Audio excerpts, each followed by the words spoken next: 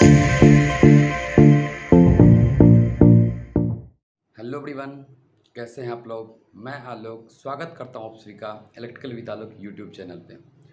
जैसा कि आज से एसएससी जेई के एग्ज़ाम सिर्फ और सिर्फ 4 दिन शेष रह गए हैं और इस 4 दिन में ये वीडियोस अपलोड करना मुझे इसलिए ज़रूरी लगा कि अभी भी कुछ बच्चे मतलब बहुत कन्फ्यूज़न की स्थिति में पड़े हुए हैं।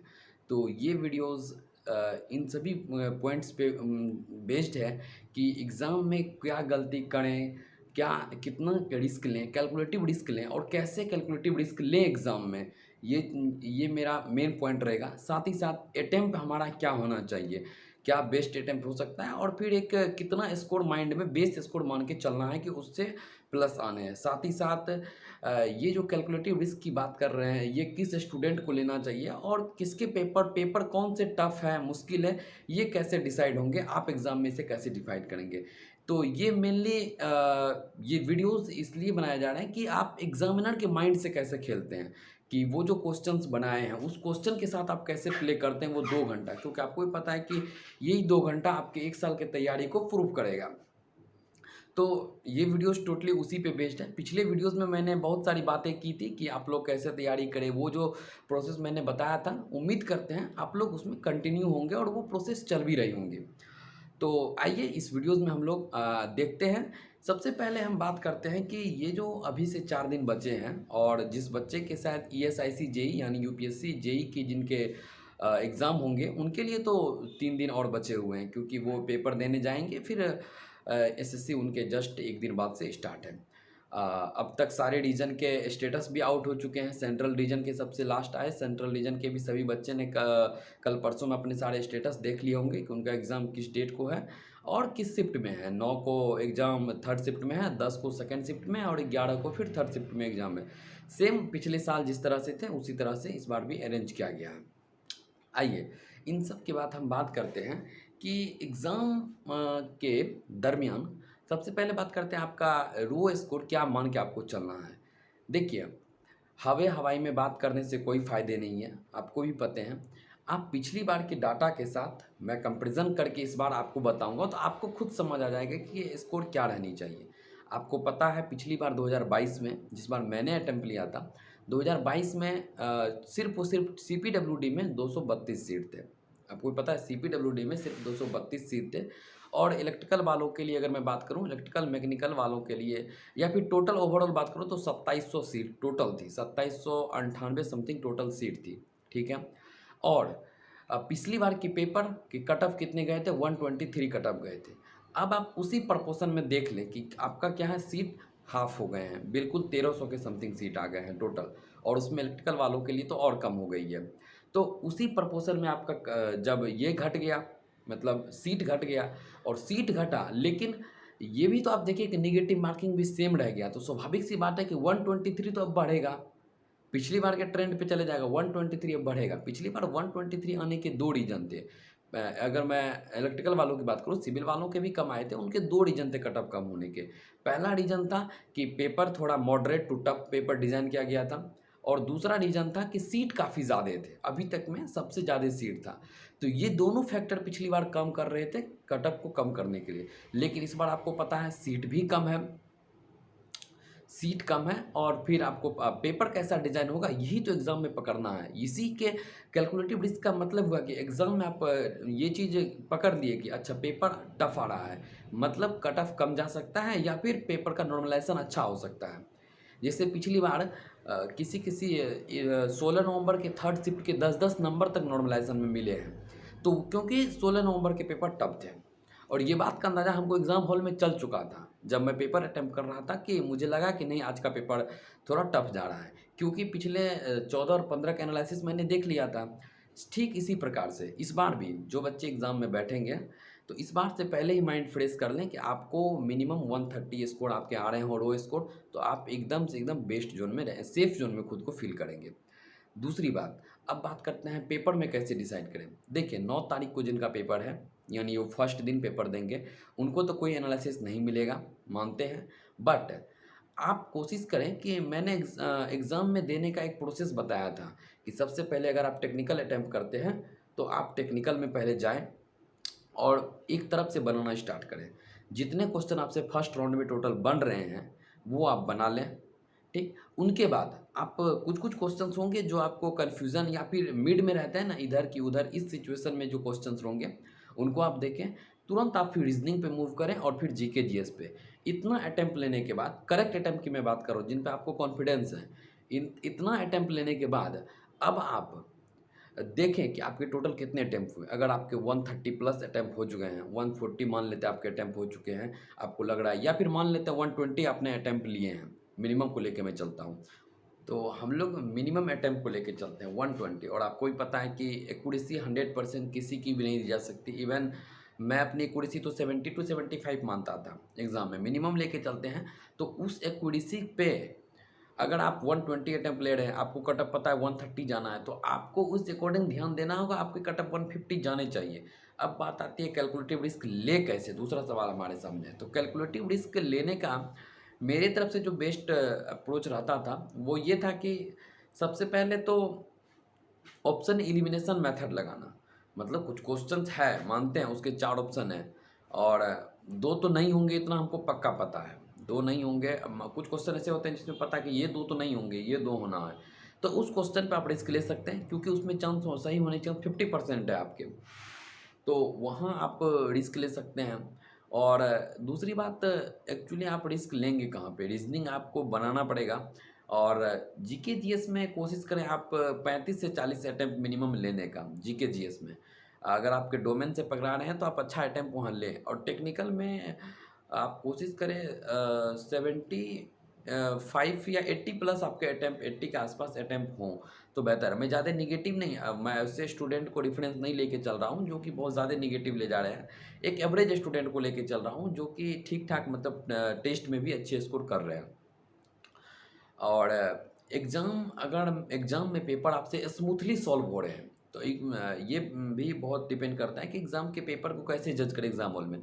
अगर आपसे एग्ज़ाम के पेपर स्मूथली सॉल्व हो रहे हैं, तो आपको समझ जाना है कि मेरा सेट ईज़ी टू मॉडरेट है। अगर आपसे क्वेश्चन्स स्मूथली सॉल्व नहीं हो रहे हैं, मतलब लग रहा है कि नहीं क्वेश्चन तो नॉर्मल है, बस कुछ ना कुछ ट्विस्ट है, तो वो मॉडरेट टू टफ पेपर होगा, उसका नॉर्मलाइजेशन ज़्यादा होगा। तो मॉडरेट टू टफ पेपर में आप ज़्यादा नेगेटिव का खेल ना खेलें।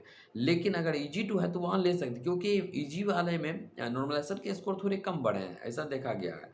और फिर जो टफ सेट आते हैं उसमें नॉर्मलाइजेशन के अच्छे खासे स्कोर बढ़ जाते हैं। तो इन इन चीज़ों का आप ध्यान रखेंगे एग्ज़ाम हॉल में। साथ ही साथ ये गलती आप लोग बिल्कुल भी ना करें कि पहले, मतलब आप जो एग्ज़ाम में कुछ नया एक्सपेरिमेंट करने की बिल्कुल ज़रूरत नहीं है। नया एक्सपेरिमेंट मतलब आपने रूम पे सब दिन सेट में पहले टेक्निकल अटेम्प्ट लिया है, वहाँ जाके रीज़निंग नहीं ले लेना है।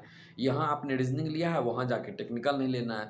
जिस फ्लो में आप टेस्ट अपने फ़ोन पे देते आ रहे हैं, टेक्स्ट बुक पे लगाते आ रहे हैं, उसी फ्लो में आपको एग्ज़ाम भी देना है।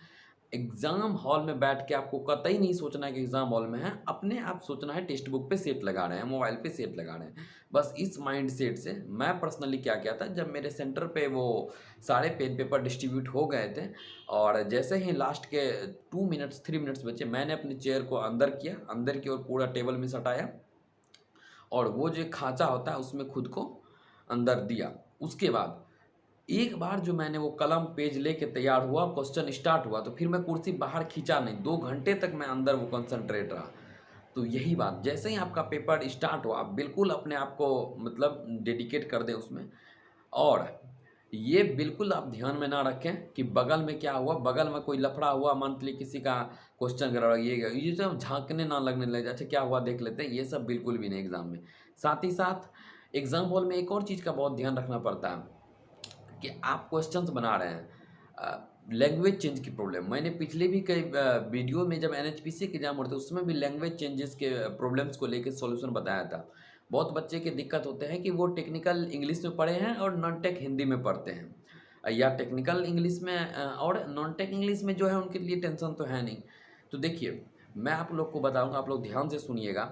जैसे आप लोग फ़ोन पे सेट लगाते हैं तो आप लोग क्या करते हैं, वो उधर टेक्स्ट बुक के कॉर्नर पे जाके लैंग्वेज चेंज कर देते हैं, तो वही लैंग्वेज आगे जब तक आप दोबारा चेंज नहीं करते हैं तब तक बना रहता है।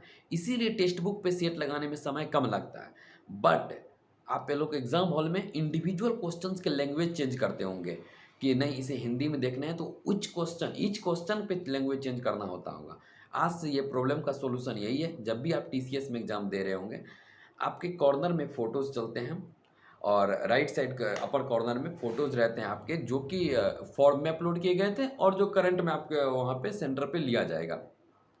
ये दोनों फ़ोटोज़ में आप क्लिक करेंगे फ़ोटोज़ के पास, तो कुछ-कुछ आपके नाम, रजिस्ट्रेशन नंबर, रोल नंबर ये ऐसे करके खुलेंगे।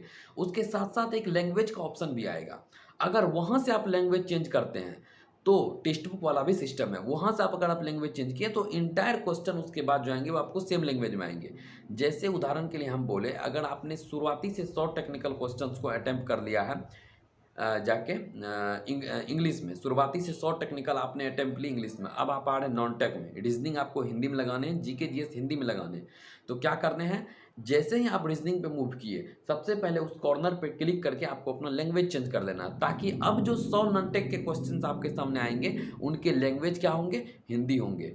और ये काफ़ी समय बचाता है। मैं आपको बता रहा हूँ, अगर आप ईच क्वेश्चन को करते हैं, तो मिनिमम 1 सेकंड भी अगर एक क्वेश्चन को डाइवर्ट होने में लगा, तो आप समझ सकते हैं 100 सेकंड मतलब 1.5 मिनट। और ऐसा नहीं है, मैंने इस चीज़ को देखा है, अगर आप लैंग्वेज चेंज करने जाएँगे इंग्लिश के बजाय हिंदी, तो कभी-कभी इंग्लिश ही पे दोबारा टिप मतलब ये क्लिक हो जाता है।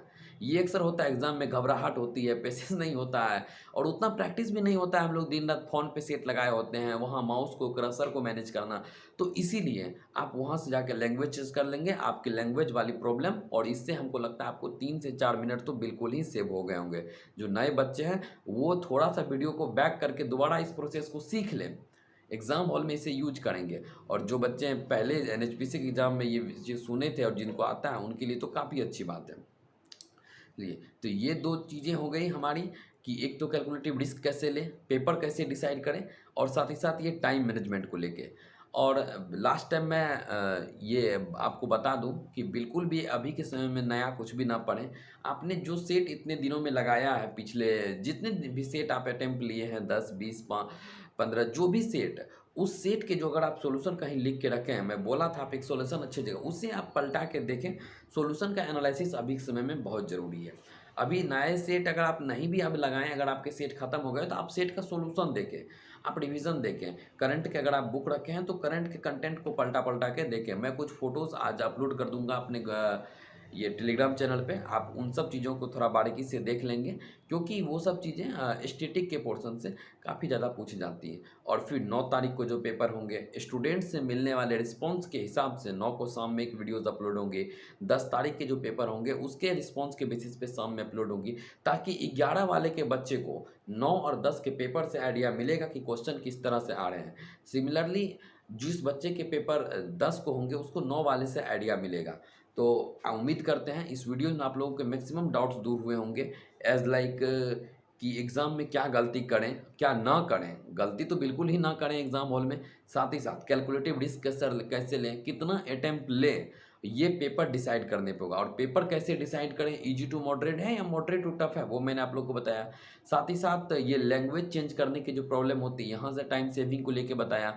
और बिल्कुल भी कुछ नया एक्सपेरिमेंट ना करें अब, क्योंकि इतने दिनों में अब जो आप फॉलो करते आए हैं जिस पैटर्न को, उसी पैटर्न को आप एग्ज़ाम में भी अप्लाई करें। क्योंकि अब समय है नहीं, ये 4 दिन में आप कुछ नया एक्सपेरिमेंट ना करें। आप जिस तरह से टेक्स्ट बुक में जहाँ पे भी आप सेट लगाते आए हैं, उसी फ्लो में जाके एग्ज़ाम में भी आप लोग दें सेट। एग्ज़ाम का यही एक सबसे बेस्ट अप्रोच होता है कि आप एग्ज़ाम के दिन बिल्कुल अपने आप को रिलैक्स रखें। मैं एग्ज़ाम के दिन अपने दोस्तों से बातें करता था, या फिर वो सेंटर पे भी जो बच्चे थे उनसे मैं बातें करते रहता था, ताकि थोड़ा अपने आप को रिलैक्स फ़ील होते। क्योंकि आप सेंटर पे जाएँगे, कुछ बच्चे को देख रहे होते कि सेंटर पे वो कैप्सूल पलटा रहे हैं, अलग-अलग तरह के स्टडी मटेरियल्स पलटा रहे हैं, देख रहे हैं, और लगता है कि यार कितना पढ़ के आए हैं बच्चा। ऐसा कुछ भी नहीं होता है। आपने जो रूम पे पढ़ा है, आपने जो सेट एनालिसिस करके आया है, वही सबसे रामबाण है। मैं बहुत बच्चों को देखता हूँ सेंटर पे कि वो पलटा रहे होते हैं, पेज पलटा रहे हैं, बहुत चीज़ें देख रहे होते हैं, रिवीज़न कर रहे होते हैं, लास्ट में परेशानी ज़्यादा होती है। नहीं, मेरा कंसेप्ट रहता था लास्ट में आप बिल्कुल अपने आप को रिलैक्स रखें, मतलब ज़ीरो ऐसा हो कि आप बिल्कुल ज़ीरो अपने आप को रख के चलें। बस कॉन्फिडेंट रहे कि यार इतना तो पढ़े हैं, इतना तो क्वेश्चन जाएगा कहाँ न कहाँ। बस इस माइंडसेट से रहें, बट अपने आप को ये नहीं, परेशान नहीं। आराम से सेंटर पे जाने के समय सेंटर पे ले जाने वाली सारी चीज़ें आप लोग लेके चले जाएँ। मैं एक शॉर्ट वीडियो 2 मिनट का उस दिन अपलोड करूँगा, 9 तारीख को जब आप लोग के थर्ड शिफ्ट के पेपर होंगे उससे पहले 8 को रात में ये चीज़ आप लोग वहाँ से देख के जाएँगे और उम्मीद करते हैं आप लोग काफ़ी कुछ अपने आप में इम्प्रूवमेंट कर लिए होंगे। बहुत बच्चे को टेक, नॉन टेक जो भी डाउट था, ख़ैर ये डाउट चलते-चलते आज एग्ज़ाम के दिन भी नज़दीक आ गए हैं। तो इन सभी की बदौलत आप लोग ये वीडियोज़ लंबा ना हो, मैं अपनी यहीं पे इसे एंड अप करने जा रहा हूँ और उम्मीद करते हैं जितनी चीज़ मैंने इस वीडियोज़ में बताएँ, आप लोग उसे एग्ज़ाम से पहले ज़रूर अपने दिमाग में रखेंगे और एग्ज़ाम हॉल में भी इन सभी चीज़ों को ध्यान में रखेंगे। और बिल्कुल भी पैनिक होने की ज़रूरत नहीं है, काफ़ी अच्छी अपॉर्च्युनिटी और आप लोगों के लिए ही स्पेशली हैं। जितने भी व्यूअर्स देख रहे हैं, उन सभी के एग्ज़ाम सबसे बेस्ट जाएँगे। आई होप आप लोग इसे समझे होंगे और जिन्हें भी वो टाइम मैनेजमेंट वाले में नहीं समझ आई होगी, थोड़ा-सा वीडियो को बैक करके फिर से दोबारा वो इस चीज़ को देख लें और एग्ज़ाम हॉल में करें। ना हो तो अपने इन्विजिलेटर से पूछ भी लें, ना हो तो अपने इन्विजिलेटर से पूछ भी लें। तो ये सब चीज़ें आप लोग ध्यान में रखेंगे, तो ठीक है, आप लोग अच्छे से तैयारी करें। 8 तारीख को हम एक नई वीडियोज़ देंगे, छोटी-सी वीडियोज़ होगी कि एग्ज़ाम से पहले अपने आप को क्या और एग्ज़ाम हॉल में कैसे पहुँचना है। तो मिलते हैं हम लोग नई वीडियो में, तब तक के लिए धन्यवाद।